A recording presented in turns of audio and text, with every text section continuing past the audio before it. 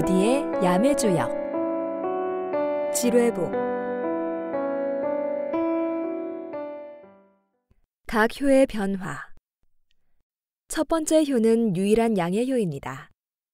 보살피고 돌아봐주는 음의 괴가 아닌 도전하고 새로 시작하는 양의 괴가 나타내듯이 지금 내가 가진 힘이 그다지 세지 않다고 하더라도 내가 감당할 수 없을 만한 일만 버리지 않는다면 앞으로 내가 가야 할 길에 대비해서 이런저런 작은 일들을 시도해보는 것은 미래를 위하여 당연히 해야 할 일일 겁니다.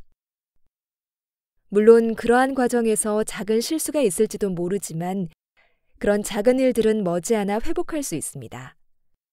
그에 반해 그런 작은 실패를 통하여 얻게 되는 경험은 나에게 아주 큰 자산이 될 것입니다.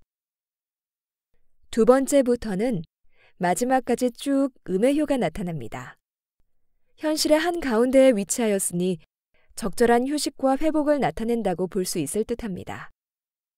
앞에서 이런저런 경험을 통해서 새롭게 나아갈 길을 찾고 있었지만 그렇다고 쉴 새 없이 계속 삽질만 하고 있어서는 안 되겠죠. 그 중간중간에 적절히 쉬어가며 힘을 모았다가 다시 시도하여야 지치지 않고 오랫동안 지속할 수 있을 것입니다. 지금 내게 필요한 것이 무엇인지를 알고 그것을 위해 준비하는 단계가 바로 지금 단계가 아닐까요? 세 번째에도 음이 나타납니다.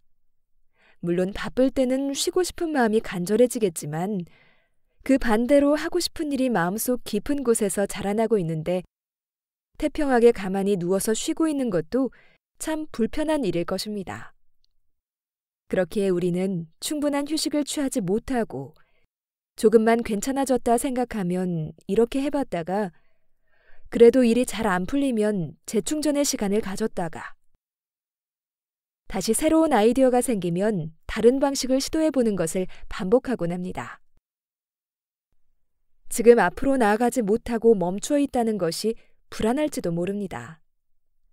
그렇지만 조금 더 진중하게 나아갈 방향을 준비하고 그를 위해 휴식하며 계획을 짜는 것이 무작정 앞으로 돌진하는 것보다는 더 효과적일 수 있음을 알아주었으면 합니다.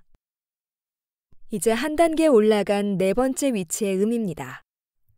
아래의 괴에서 우리는 앞으로 나아갈 길을 찾지 못하고 짧은 주기로 이런저런 아이디어를 떠올리고 시도해 보았다면 이제는 우리가 가야 할 길이 어디인지 본격적으로 마음먹게 되었습니다. 그리고 그렇게 마음속에 품은 큰 뜻을 펼치기 위해서 가장 먼저 해야 할 것은 다름 아닌 자기 자신을 되돌아보고 준비하는 것입니다. 스스로가 부족함이 없이 잘 준비되어 있어야 주변을 돌아볼 수 있는 여유가 생기고 그를 바탕으로 자신감 있게 남을 이끌 수 있습니다. 위쪽 괴의 한가운데에 위치한 음입니다. 나의 뜻도 정해졌고 이제 나 자신도 준비되었습니다.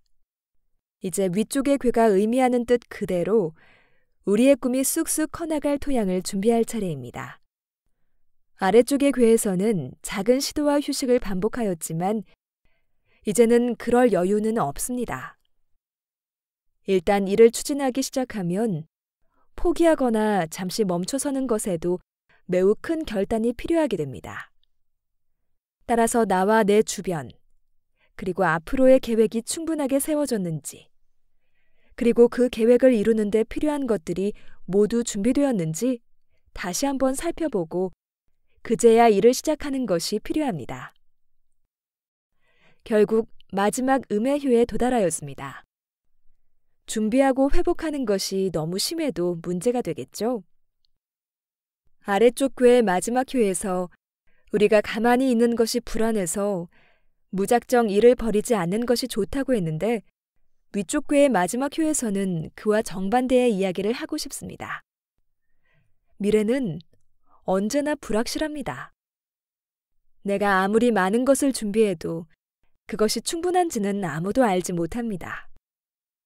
일에는 그에 적합한 시기라는 것이 존재합니다. 모든 것이 다 준비가 되어도 시기를 잘못 만나면 크게 실패할 수도 있고 조금만 부실한 면이 있어도 좋은 때를 맞추어 시작한다면 나아가면서 보완되는 경우도 있습니다. 모든 것이 완벽할 필요도 없고 그럴 수도 없습니다.